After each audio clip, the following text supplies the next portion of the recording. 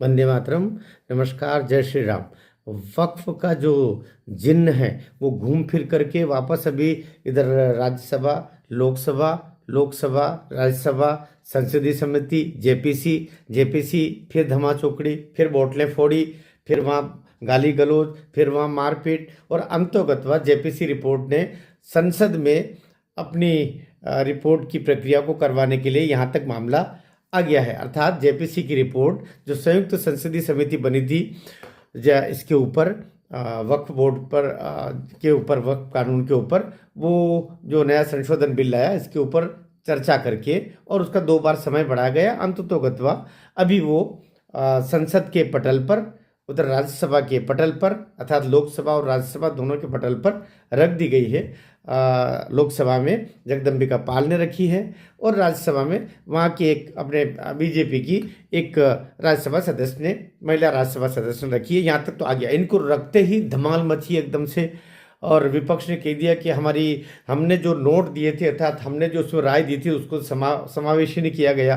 अर्थात समावेश के कैसे करेंगे, जितने तुमने संशोधन रखे वहाँ तो बहुमत से फैसला होता है ना, तो बहुमत से जब फैसला हुआ तब आपका जो संशोधन प्रस्ताव था वो पास नहीं हुआ, लिहाजा उसको रखने का सवाल ही नहीं था।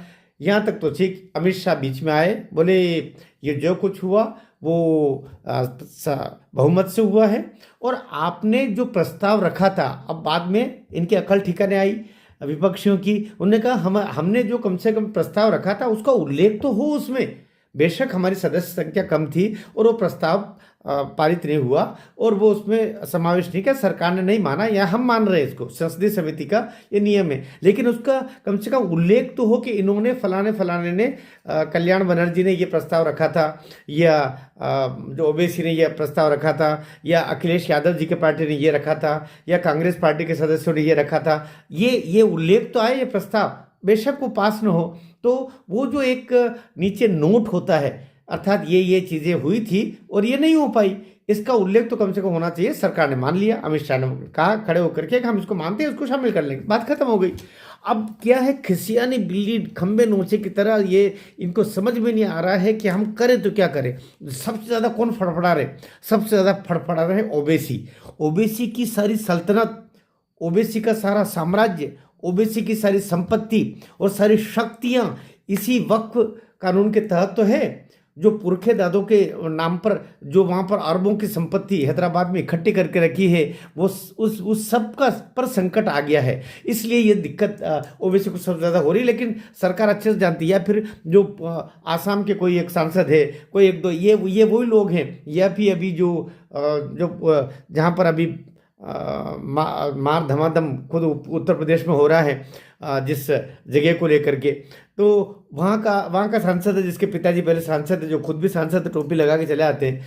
तो अब ये कुल मिलाकर के जो जिन्होंने कब्जा करके रखा है वक्फ के नाम पर मुस्लिमों की के द्वारा दान की गई ज़मीनों, संपत्तियों, जिनके ऊपर इन लोगों ने मॉल खड़े कर दिए, इन लोगों ने बाजार बना दिए, इन लोगों ने वहाँ पर अपने कब्जे कर लिए, वहाँ पर अपने गुंडे रख दिए। लिहाजा अब मुश्किल हो रहा है कि अब उनका फिर से निर्धारण होगा और ये कुल मिलाकर के जेपीसी तो अब आ गई है, विधान सम्मत हो गया। अब ये तय हो गया आज बजट का, ये जो बजट सत्र 2 भागों में होता है, एक ये 29 जनवरी से लेकर के आज ये 13 फरवरी तक ये था, और अब दूसरा वापस ये 8-9 मार्च से 10 मार्च से शुरू होकर के और 3-4 अप्रैल तक जाएगा। तो जो आज आखिरी दिन 13 फरवरी को ये टेबल पर रख दिया गया है रिपोर्ट को, लोकसभा में भी राज्यसभा में भी।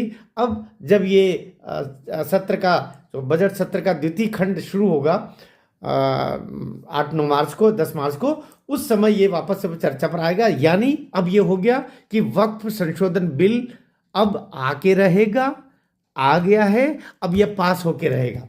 उसके सारे समीकरण, चूंकि बड़ा जो हर्डल था, बड़ी जो कठिनाई थी, उसको पार करके थोड़ी सी बात कर ले वक्फ के ऊपर। वक्फ क्या है? वक्फ यदि भी मेरे पिछले वीडियो में आप जरा घूम के देखेंगे पीछे तो आपको सब मिल जाएगा, सब इसमें मिलेंगे। वक्फ ये है, वक्फ मतलब दान। वक्फ मतलब एक सच्चा मुस्लिम अपनी संपत्ति को स्वेच्छा से दान दे देता है और दान देते उसका उस पर अधिकार खत्म हो जाता है और फिर अल्लाह का उस संपत्ति के ऊपर अधिकार आ जाता है। और अल्लाह तो कहाँ से सीधे दिखेंगे? उस नाम पर कुछ मुस्लिमों का एक बोर्ड बना हुआ है जो उसको फिर नियंत्रित करता है, उसका उपयोग करता है। असल तो उद्देश्य तो ये था कि मुस्लिम समाज के गरीबों के लिए,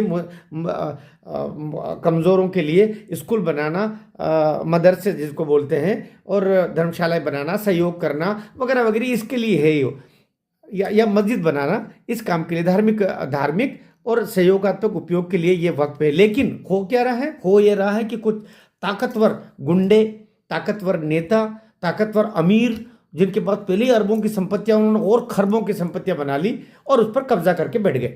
तो ये जो है वक्फ का मतलब दान दी गई जमीन या संपत्ति जिस पर अब ईश्वर का ही अधिकार है, अन्य किसी का नहीं रहेगा। अब यहां तक भी सब सही था। ये एक और बात समझ लीजिएगा, मैं बहुत संक्षेप में जल्दी जल्दी बता रहा हूं। जब हमारा देश आज़ाद हुआ और हमारे जो संविधान निर्माताओं ने, बाबा साहब अम्बेडकर से लेकर सभी लोगों ने जब संविधान बनाया था, तो वक्फ नाम का कोई कानून नहीं था। वक्फ बोर्ड ने, वक्फ परिषद ने, वक्फ, ये कुछ भी नहीं था, ये था ही नहीं। जब हमारे मूल संविधान की प्रति उठा के देख लीजिए।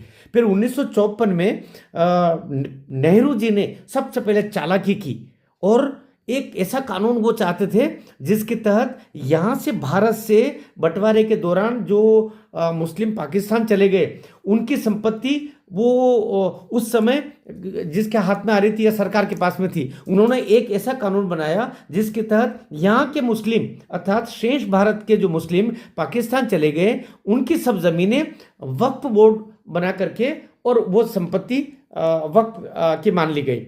अर्थात वो मुस्लिमों की संपत्ति एक तरीके से हो गई वो वहां पर, जबकि जो वहां पाकिस्तान में मुस्लिम गए, जो हिंदू यहाँ आए, उनकी सब संपत्ति वहां की सरकार ने अधिकृत कर ली, दुश्मन राष्ट्र की, दुश्मन देश की संपत्ति मानते हुए, और वहां मुस्लिमों ने वहां कब्जा कर लिया हिंदुओं की संपत्तियों पर। लेकिन यहाँ के उन सारे मुस्लिम लोगों की संपत्तियां और ज़मीनें जो पाकिस्तान चले गए, यहाँ सरकार ने उनको लेकर के और मुस्लिमों को दे दी और बोर्ड बना दिया। ये है 1954 में आया हुआ पहला वक्फ अधिनियम। उसके बाद में ये तो जो 54 में हो गया और पहली बार वक्फ बोर्ड बना।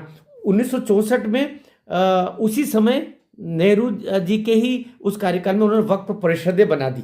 अर्थात उसको काम पहले तो चुपके से उस संपत्ति को कब्जे में किया ताकि हिंदू लोग या अन्य लोग लेने ले, जो पाकिस्तान गए हुए यहाँ के मुस्लिम हैं उनकी संपत्तियों को, और फिर उसको 8-10 साल के दौरान उन्होंने फिर उसको नियोजित कुरा करके और फिर वो सारी परिषदें मुस्लिमों की बना करके और वक्फ परिषदें बना के उनको दे दी। यहाँ तक फिर 30 साल का एक लंबा अंतराल है। फिर बाबरी विध्वंस हो गया।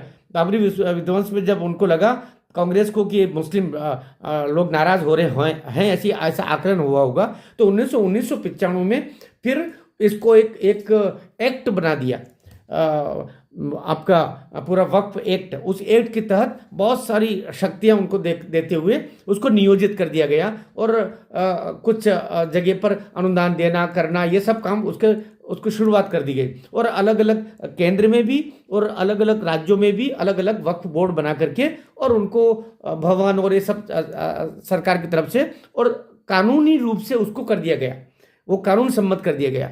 फिर और समय आया 2013, जब लगा कि अब तो मोदी सरकार आ ही रही है, तब जाते जाते मनमोहन सरकार ने इस कानून को इतना भारी बना दिया कि कानून से ऊपर कर दिया। अर्थात कोई भी बात, कोई भी संपत्ति यदि वक्फ बोर्ड ये बोल देता है कि ये मेरी है, अर्थात वक्फ बोर्ड की है, तो आप वक्फ बोर्ड के पास ही पहले जाएंगे और कहेंगे कि माई बाप ये घर तो मेरा है, ये आपका कैसे हो गया? तो वक्फ बोर्ड के ऊपर है कि वो आपकी बात नहीं माने। और वो जब वही कह रहा है कि मेरा है, तो उसको चुनौती देने के लिए आप अपने कागज दिखाते रहो। जब वक्फ बोर्ड के आपको भगा देगा तो उन्हीं का वक्फ ट्रिब्यूनल है, आप कोर्ट में नहीं जा सकते। उनका वक्फ ट्रिब्यूनल है जिसमें कोई जज वज नहीं है, उन्हीं के मुस्लिम लोग हैं, खुद थोड़े से ज़्यादा पढ़े लिखे होंगे वो, यही हो सकता है, या ज़्यादा ताकतवर लोग होंगे वो, उन्हीं के पास जा करके फिर आप अपना आवेदन रखो कि साहब बोर्ड इसको ले रहा है और मैं कह रहा हूँ मेरी बात नहीं मान रहे, और ये तो कह रहे हैं कि इसको हक वक्फ बोर्ड का है। अब माई बाप बचाइए, ट्रिब्यूनल में भी सब वही लोग हैं मुस्लिम ही, वो वहाँ से आपको भगा देंगे। उसके बाद में किसी भी कोर्ट में आपको जाने का अधिकार नहीं है। अभी भी यही कानून है, अभी भी यही कानून है कहने को लोग बाग हाई कोर्ट और सुप्रीम कोर्ट जा रहे हैं, लेकिन उस वो जो 1995 और 2013 का जो एक्ट है उसके तहत उसके आर्टिकल 85 में ये स्पष्ट है कि किसी भी हाई कोर्ट सुप्रीम कोर्ट में भी चुनौती नहीं दी जा सकती, अर्थात दुनिया के किसी कोर्ट में वक्फ ट्रिब्यूनल के फैसले को चुनौती नहीं दी जा सकती, वो अंतिम होगा। ये तो कानून से भी बहुत ऊपर कानून चला गया भाई। इसीलिए जब कई गांव, जब इस्लाम आरंभ भी दुनिया में नहीं आया था, उससे पहले के गांवों पर भी वक्फ बोर्डों ने अपना कब्जे और अपने मालिकाना हक बता दिया, तो त्राही माम मच गया, चाहे वो केरल हो, तमिलनाडु हो, महाराष्ट्र हो, दुनिया भर में हम देख रहे हैं। अभी तो कह दिया कि ये बोले कि संसद भवन भी हमारी ज़मीन पर बना हुआ है, ये इंदिरा गांधी इंटरनेशनल एयरपोर्ट उस पर बना हुआ है, वो सब जहाँ वो बोल दे जो हमने कहा वो 100%, वो बात खत्म। तो अजीब स्थिति। तो अब जाकर के जो नया अपना अधिनियम बना है, इसके अंतर्गत ये अब कलेक्टर तय करेगा कि वो संपत्ति वक्फ की है या नहीं, वही पंजीयन होगा, वही निर्धारित करेगा। और नए बोर्ड में 2 महिला सदस्य रखी जाएंगी, मुस्लिम, और 2 हिंदू या ईसाई या किसी अन्य धर्म के 2 लोग भी रखे जाएंगे। इसका एक सर्वेयर होगा जिलावार, और इसकी देखरेख पूरी होगी। ये कोर्ट में उसको बाकायदा चुनौती दी जा सकती है, वहीं से फैसला होगा। ये प्रक्रिया अब कानून सम्मत होगी, जो अब मोदी सरकार ने करना चाह रहे हैं। एक और इसका जो काला पक्ष बताना चाह रहा हूँ कि दुनिया भर में कहीं भी इस तरीके का वक्फ एक्ट नहीं है, वक्फ बोर्ड नहीं है, कहीं नहीं, मुस्लिम राष्ट्र में भी नहीं है, केवल अपने देश में है। ये नेहरू का कारनामा है। नेहरू, पंडित जवाहरलाल नेहरू, पंडित है ना, ये पंडित के काम हैं जो इस तरीके से इस्लाम परस्ती करके गए। मुझे लगता है कि भीतर तो कहीं इस्लाम का ही रक्त बह रहा होगा। नाम पंडित रखने से कोई पंडित नहीं हो जाता, बहरहाल तो वो विषय अलग है। तो अभी यहाँ जाते हुए अभी ये नए कानून में सब कुछ होने वाला है, ये संसद में आ गया है। और अब मैं सोचता हूँ कि सबसे ज़्यादा पाकिस्तान की कुल ज़मीन 8 लाख एकड़ है, और यहाँ पर पाकिस्तान की कुल ज़मीन 8 लाख एकड़ ज़मीन है। और भारत में वक्फ बोर्ड के पास में 8 करोड़ हेक्टेयर है, 8 करोड़ हेक्टेयर है, 8 करोड़ एकड़ ज़मीन है, 8 करोड़ एकड़ ज़मीन है पाकिस्तान की कुल क्षेत्रफल, कुल भूमि 8 करोड़ एकड़। और भारत में वक्फ बोर्ड के पास में 9 करोड़ 40 लाख एकड़ है। अब बताइए कहाँ से कहाँ लाख एकड़ है। पाकिस्तान की कुल भूमि 8 लाख एकड़ है, और भारत में वक्फ बोर्ड के पास में 9,40,000 एकड़ है।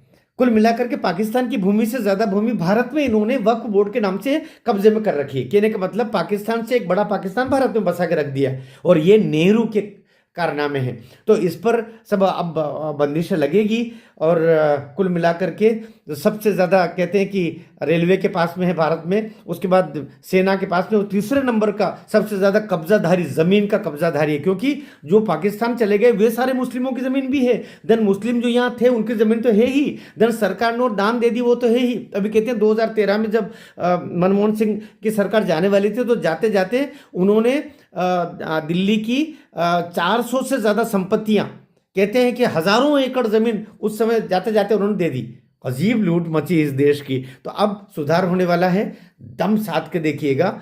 4 अप्रैल को जब ये बजट सत्र का दूसरा भाग शुरू होगा, तब ईश्वर ने चाहा तो ये देश इस काले एक्ट से, एक वक्फ एक्ट के नाम से जो बना के गई है कांग्रेस सरकार, इससे हमें मुक्ति प्राप्त होगी और देश कई सुकून। हमारा देश का संविधान इसके सामने बौना है, रो रहा होगा, उसको भी कम से कम वापस आज़ादी मिलेगी, देश के कानून को आज़ादी मिलेगी। और बाबा साहब अम्बेडकर से लेकर जितने संविधान निर्माता हैं उनके कलेजों को भी कई ठंडक लगेगी कि अंततः मोदी सरकार आई जिसने न्याय किया। भारत माता की जय।